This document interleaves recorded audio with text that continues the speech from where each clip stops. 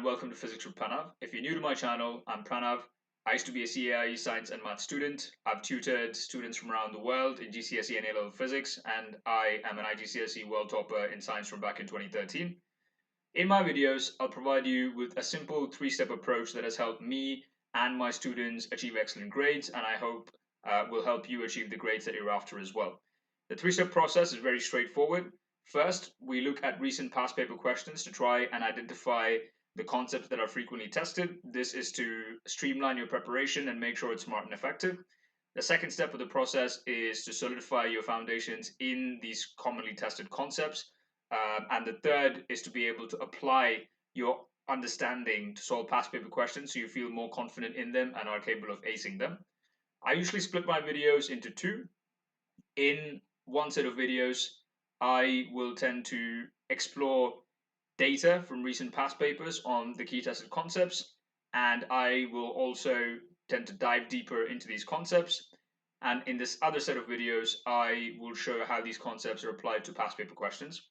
So this video is based around chapter 5, which is forces and matter from the CAIE curriculum. And it is going to be focused on applying the key concepts from this chapter in past paper questions. If you want to take a look at the concepts that were covered, I made 2 videos on that, and I've put the links for those videos in my description below. Before we dive into the papers as well, I will have a quick recap of the most commonly tested concepts in recent past papers, so you have an idea for which ones these are. So without further delay, let's take a look at the most commonly tested concepts in recent past papers. So we start by looking at the most recent past papers. So I looked at 2020 to 2022. I've looked at both paper 2, which is the multiple choice paper, and paper 4, which is the theory paper. I've looked at all 3 variants at both these papers. And I've also looked at papers at different points in the year. So summer, which is the May-June version, winter, which is the October-November version, and the Feb-March version as well. So for chapter 5, forces and matter, the most commonly tested questions come from the topic of pressure. So again, the most commonly tested types of questions are pressure calculations. So you get quite a few paper 2s where you would have to apply formulae around pressure to be able to calculate a value of pressure in solids and fluids. And while it's the second most common type of question in paper 2, it is the most common type of question in paper 4, appearing in 9 out of 21 papers that we looked at. The second most commonly tested concept is around description of pressure in different scenarios. So essentially, how do force, area, and depth affect pressure in different situations? So the ability to be able to describe that is, again, very important because that is also quite commonly tested in past papers. In fact, it is the most commonly tested concept in the paper 2s, appearing in 14 out of 21 past papers that I looked up. And it is also fairly commonly tested in paper 4 relative to the other topics that are on here. But again, it's not that commonly tested in paper 4 as it is in paper 2. So that's something to be wary of. But compared to forces and extensions and Hooke's law, the concept of pressure is by far more commonly tested as far as questions from this particular chapter go. But there are also questions on Hooke's law and forces and extension. In fact, the most common types of questions from that particular part of this chapter is around calculation. So being able to use the formulae for Hooke's law, as well as being able to use graphs to be able to calculate the spring constant, which we will look at. So you'll have graphs of like force and extension, and you'll be expected to calculate the spring constant. These types of questions are equally prevalent between paper 2 and paper 4. So it's, yeah, and again, it is the most commonly tested concept as far as Hooke's law and forces and extension go. And you also have the odd question popping up about describing different situations where loads are added to springs, and you have to be able to describe how these springs extend for different loads. And these types of questions do show up in past papers as well. But not as frequently as questions on pressure, and definitely not as frequently as well as questions on Hooke's law. So these are this is what the data essentially suggests to us from a review of recent past papers. So we'll now look at some paper 2s, starting with October number 2023, variant 22. So we've got a question here on pressure. An object is a depth h below the surface of a liquid.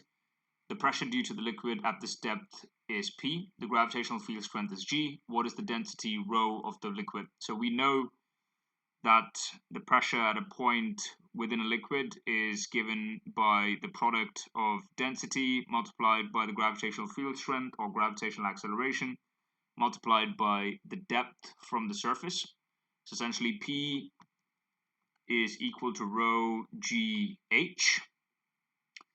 So if I had to make rho the subject of the formula, the H and the G would have to be divided essentially from the right hand side and divided on the left hand side as well.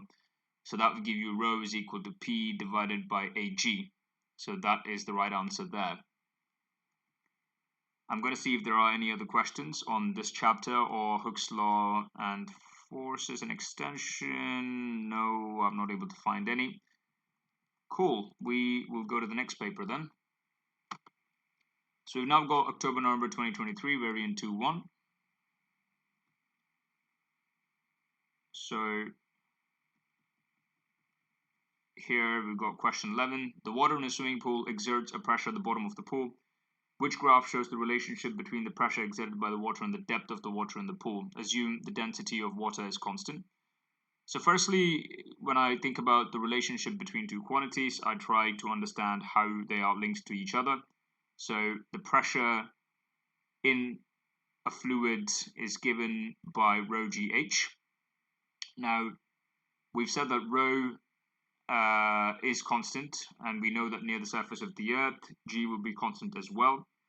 So essentially, if you club them together as a constant, the pressure is equal to a constant multiplied by H, which means the pressure is directly proportional to H, right? So it's a direct linear relationship. So firstly, if it's a direct relationship and it's not an inverse relationship, the graphs have to rise. Yeah. So graphs A, B, and C are all rising, i.e. pressure is increasing with depth, but in graph D, pressure is decreasing with depth, so graph D has to go. So then we've got A, B, and C. Again, using the process of elimination, we know that it's a direct linear relationship, so the pressure is not proportional to the square of the height, it's not proportional to the square root of the depth, it is proportional instead to just the depth, right? So what you have is a linear relationship. Only C and D are linear because you have a straight line, it's not a curve. And we already have eliminated D because it's not an inverse proportional relationship, it's a direct proportional relationship. So C is the right answer there. Excuse me. So I cannot find any other questions as well on either pressure in solids and liquids or on Hooke's law. So we can see that based on the last two papers, the questions on pressure seem more common, and we typically get one question per multiple choice paper on this topic. So if we move on to the next paper now, which is May-June 2023, variant 2.3. So again, trying to find the question on pressure or the question on Hooke's law. So we got a question here on the Hooke's law. So a spring has an unstretched length of 3 centimeters. When a force of 60 newtons is applied to the spring, its length increases to 5 centimeters. The limit of proportionality is not exceeded. That means the expansion is still elastic. That means that Hooke's law is still observed. So we want to know what is the spring constant of the spring. So the formula for this essentially is that F is equal to Kx. So we know that F here is 60 newtons. And we know that the spring has an unstretched length of 3 centimeters. And when this force of 60 newtons is applied, its length increases to 5 centimeters, which means the extension will be the new length minus the original length, which is going to be 5 minus 3, or 2 centimeters. And essentially, F is equal to Kx. If we want to calculate K, we have to make it the subject of the formula, which means K is going to be F divided by X, which is 60 divided by 2, which gives us a value of 30 Newton centimeters. So that is what we have here. It's a fairly straightforward question, but obviously here you have the values in newtons per centimeters, but it's important to make sure that you check. So if that was in meters, then you probably would have had to convert the centimeters first to meters. The next thing we're looking at, we've got a question here on pressure as well. So the graph shows how the pressure, due to a liquid varies with the depth beneath the liquid surface. The gravitational field strength G is 9.8 newtons per kilogram. So here you've got a graph where pressure is on the y-axis or the vertical axis, and the depth is on the x-axis or the horizontal axis, and you've got a straight line there. So the question is, what is the density of the liquid? So we know that the pressure within a liquid or beneath the liquid is equal to rho GH. So we need to calculate rho. So essentially, rho is going to be pressure divided by the product of the gravitational field strength multiplied by the depth within the fluid. So if we observe this equation here, we could see that essentially pressure divided by H, or the depth beneath the liquid, is actually the gradient of this line. So what is the gradient? The gradient is the change in the y values divided by the change in x values, or it's also sometimes referred to as rise over run. Essentially, it is the slope of the line. So we know that the gradient for this particular line would be the change in the y values, which is the change in pressure, divided by the change in the x values, which is the change in depth. So essentially, it's pressure divided by depth, which is what we've got here, pressure divided by depth, but also divided by the gravitational field strength. So if we can find the gradient, and then if we divide that gradient by the gravitational field strength, we would be able to get the density of this liquid. So I've taken 2 points. So I've got pressure at 4,000, and that occurs at a depth of 0.5 meters, and I've got a pressure of 0, which is at the surface.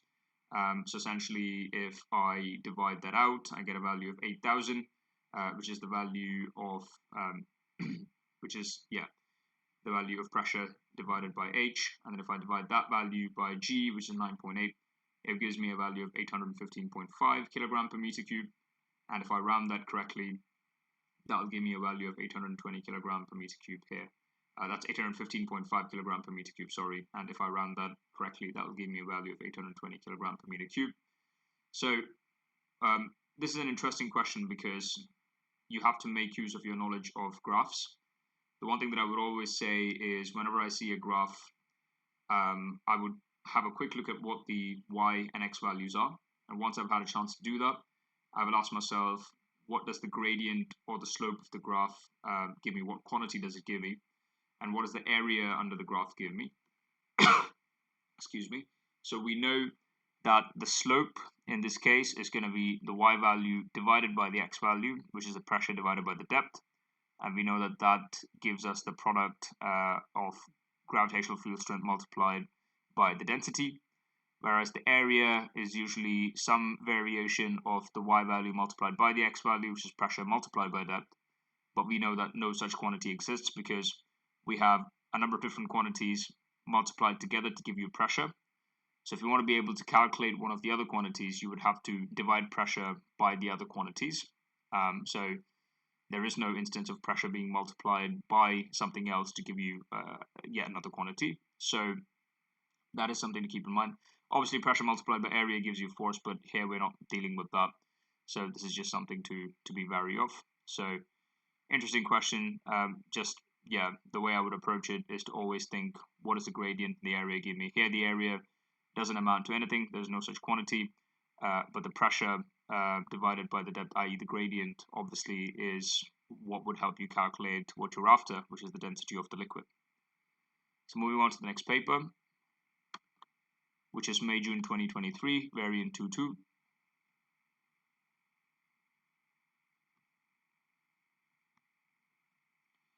So we've got question 13. The density of seawater is 1,030 kilogram per meter cube. The gravitational field strength on the Earth is 9.8 Newton per kilogram. Usually in papers from 2023 onwards, that will be the value. Before that, it's usually 10 newtons per kilogram. And the atmospheric pressure is 101,000 pascals. At which depth in seawater is the total pressure due to the atmosphere and the water equal to 513,000 pascal? So in this case here, they have very explicitly mentioned that the total pressure needs to be considered. And they mentioned that atmospheric pressure is a contributor to the total pressure. And they've also given you the value of the atmospheric pressure here. But usually, when they tend to give you atmospheric pressure and ask you to calculate another pressure in these types of questions, generally, that means you have to include the atmospheric pressure. If it's not given, that means you can ignore it. Because as I mentioned in my videos on the content, it's akin to a fish being in water. Can they feel the water? Not really. So it's everywhere. So atmospheric pressure is everywhere. It acts on all of us equally at sea level. So we don't always include it when we want to give a pressure. But whenever it's given, and obviously here they've explicitly mentioned it.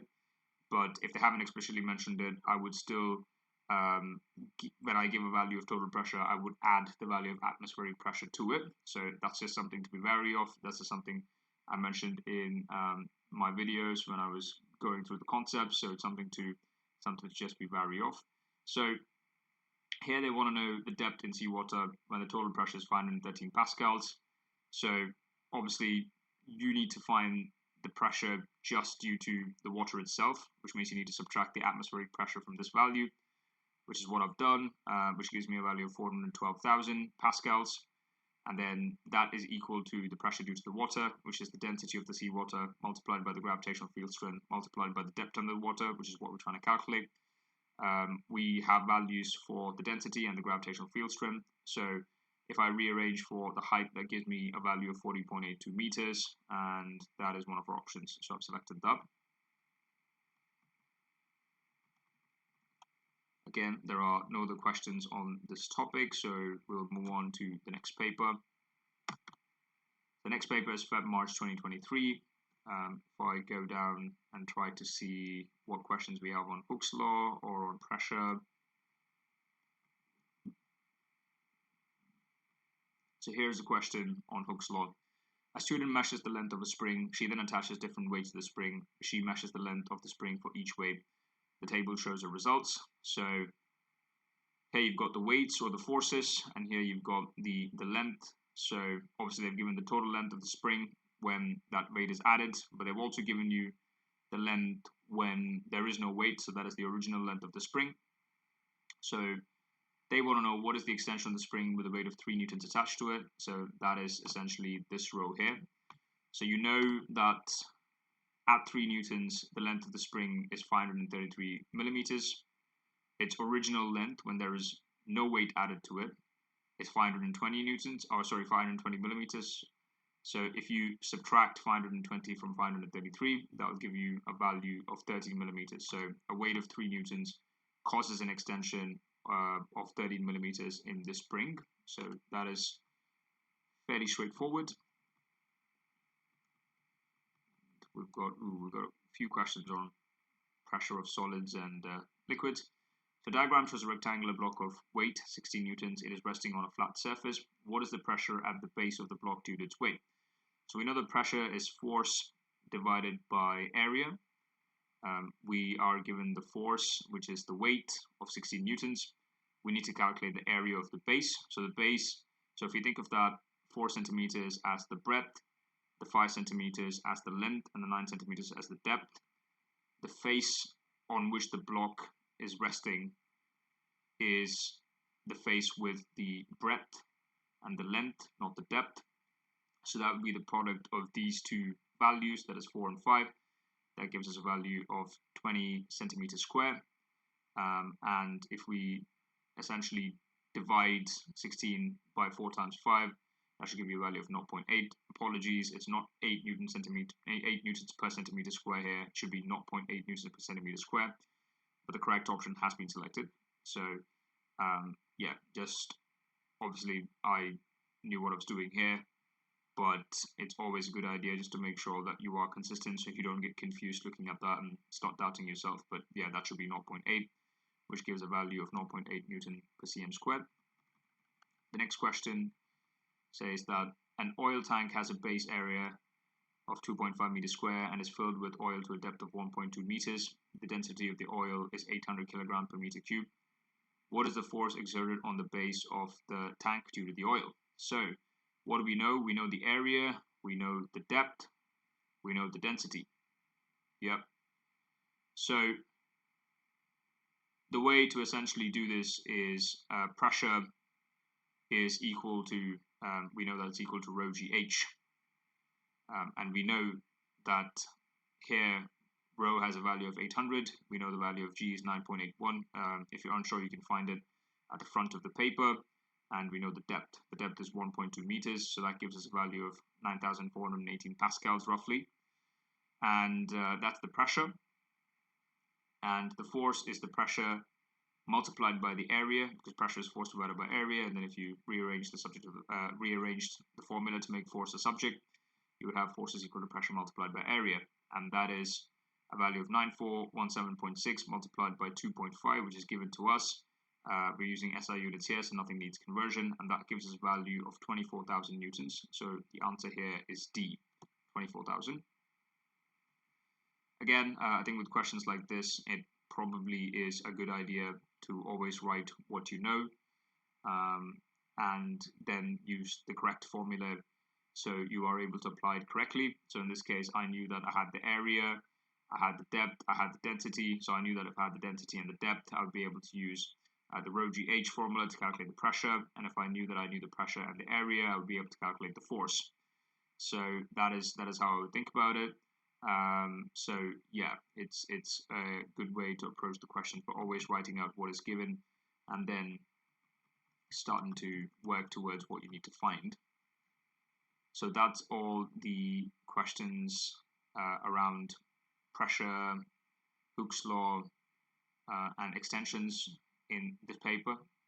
So surprisingly large number of questions. Usually we are used to one, maybe two questions, but in this paper we've got three. So yeah, if you get one of these papers, you better be prepared with the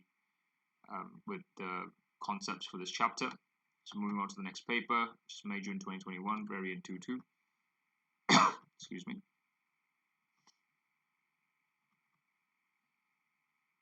So the extension load graph for a spring is shown. The unstretched spring, the unstretched length of the spring is 17 centimeters. Okay. When an object is suspended from the spring, the length of the spring is 19.2 centimeters. So we've got an extension of 2.2 centimeters. What is the weight of the object? So in this scenario here, you have an extension load graph. Obviously, the fact that the line is straight means we are in a region of elastic extension. So Hooke's law is obeyed. We are within the region of the limit of proportionality. And well, we know that the extended length of the spring is 19.2 centimeters for some weight, which we don't know yet. We know the original length is 17 centimeters. So we have to subtract the original length from the extended length to be able to get the extension, which is a value of 2.2. So I then go and mark the value of 2.2 on the graph. So each of the divisions on the y-axis is 0.1 centimeters. So that's 2.1, 2.2. I draw a line to the line that I have, or the curve that I have, and then I drop it to the load axis, and that gives me a load of 3 newtons. So that is how I would calculate that. So this is an example of a question where you have to apply Hooke's law, but you have to apply Hooke's law using a graphical method instead of using the formula. And we've got again a couple of questions on pressure. Excuse me. So a book has a mass of 400 grams. The surface of the book is in contact with a table and it has dimensions of 0.1 meters and 0.2 meters. The gravitational field strength G is 10 newtons per kilogram. What is the pressure exerted on the table due to the block? So we know the mass of the book. We know the area of the surface in contact with the table. And we know the gravitational field strength. So we can calculate the force that is exerted by the book onto the table by multiplying its mass with the gravitational field strength, which is which will give us the force part of the pressure, force, and area formula. and then we can calculate the area of the surface of the book, which is in contact with the table, which is essentially this product here, 0.1 multiplied by 0.2 meters. So then if we plug those into the formula for pressure, which is force divided by area for solids, we get a value of 200 Newton per meter square. So that is our answer there. It's fairly straightforward. Again, always start with what you know and what you need to find, and that, I think, writing it out, or at least saying it out loud as I am here, please don't in your exams, say it out in your mind, but saying it out like this explicitly or mentally helps you, again, connect the dots together better, I feel. A horizontal metal plate of area 0.5 meters square lies at the bottom of a lake at a depth of 40 meters. Okay, so you have the area of the plate and you have the depth.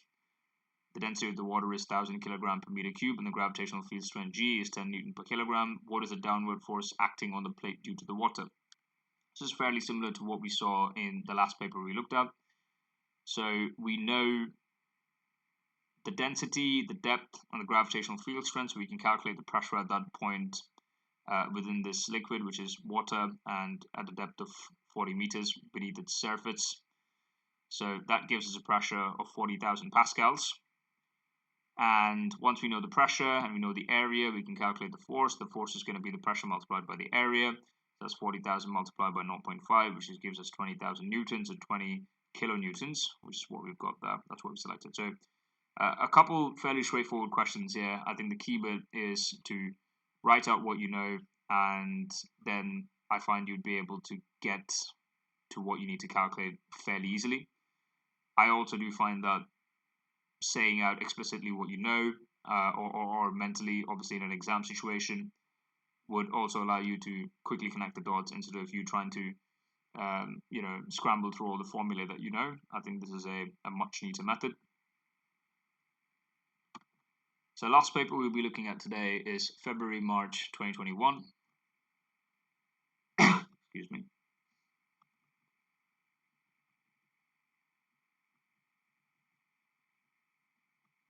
Trying to find the question on this topic. Okay, so the diagram shows a manometer connected to a gas supply. Manometer essentially is a device that measures a pressure difference between 2 points. What is the pressure of the gas supply? So usually in a manometer, which uses mercury, you'll be able to tell the pressure by looking at the difference in height.